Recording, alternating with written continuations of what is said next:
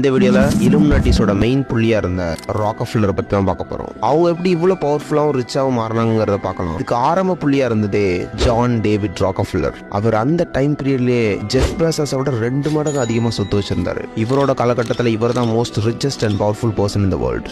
அந்த காலகட்டத்தில் John D Rockefeller வந்து ஒரு புக் கீப்பரா வேலை பார்த்தாரு. அப்பதான் அமெரிக்காக்குள்ள ஃபர்ஸ்ட் டைம் கெரோசின் உள்ள வருது. அதுக்கப்புறம் இந்த பிசினஸ்குள்ள என்டையரா இறங்கி நிறைய இல்லீகலான விஷயம் செய்யறாரு.